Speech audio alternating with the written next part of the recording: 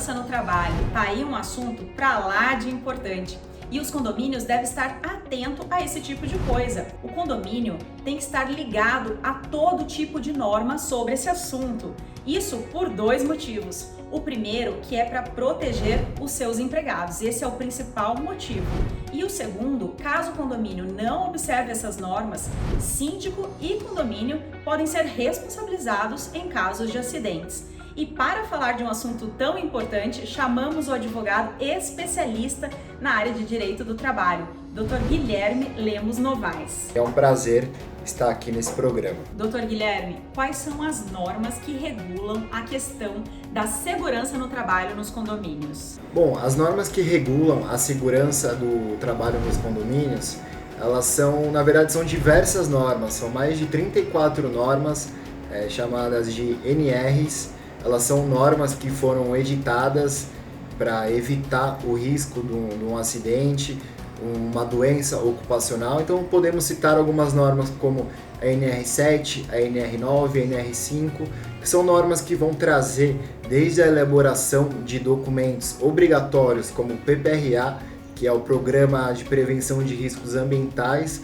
como o PCMSO, que é o Programa de Controle Médico de Saúde Ocupacional, a NR, que vai tratar sobre um trabalho em altura, onde o funcionário ele tem que ter o curso especializado para realizar esses serviços em altura, NRs que vão tratar sobre locais insalubres, onde aquele funcionário vai ter que ter o equipamento de proteção individual para que ele não esteja exposto a esse agente insalubre, NR que vai tratar sobre o adicional de periculosidade. Então são normas que o síndico ele tem que ter o conhecimento, tem que procurar um especialista para estar ciente dessas normas com o intuito de evitar acidentes de trabalho e estar adequado conforme a legislação trabalhista determina. E a convenção coletiva, o que ela influencia nessa questão? A convenção coletiva ela vai sim tratar sobre as normas regulamentadoras, ela vai tratar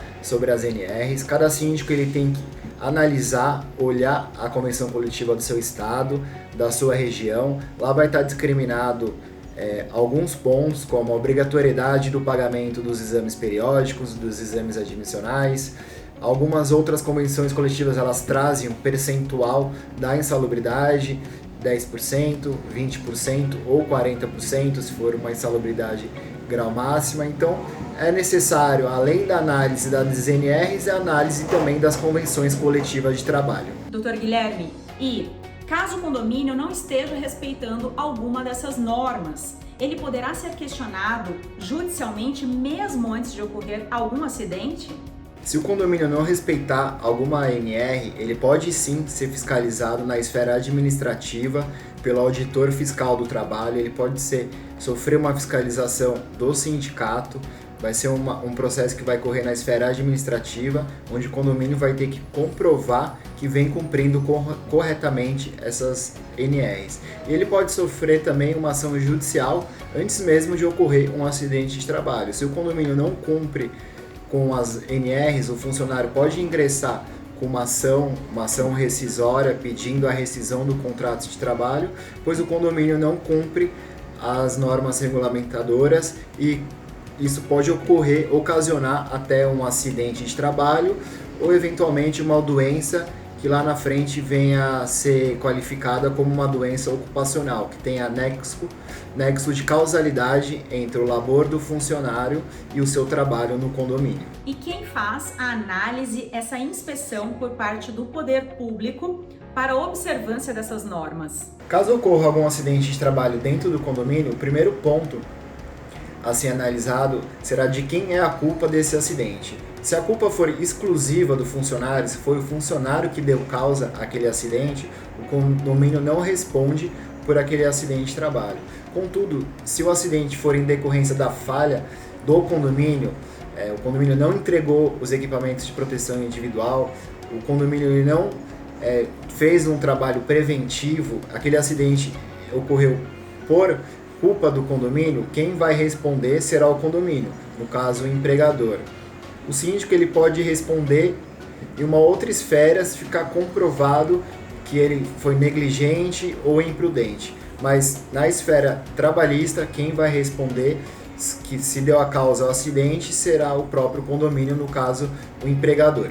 E caso o empregado ele sofra algum acidente por imprudência de um condômino, de quem é a responsabilidade? Do condomínio ou do condomínio em si? E caso ocorra algum acidente em decorrência de imprudência do morador do condômino, quem vai responder será o morador. Se aquele funcionário está fazendo um serviço na unidade após o horário de expediente, após os seus serviços, quem responde por aquele funcionário é o condômino. O morador ele tem que arcar com essa fiscalização, com essa responsabilidade.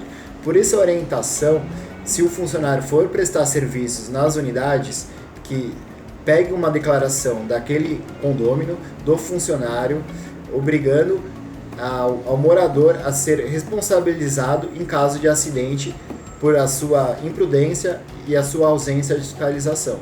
Então o condômino ele vai sim responder aí por esse acidente de trabalho. Então por isso a orientação é pegar essa declaração isentando o condomínio, pois o funcionário ele está fora do seu expediente de trabalho, ele está fora do seu horário de trabalho prestando serviços para uma unidade que não é o condomínio, não é o seu real empregado. E esse foi o nosso entrevistado de hoje. Te vejo no próximo vídeo. E não se esqueça de curtir, se inscrever no canal e ativar os sininhos das notificações. Um forte abraço!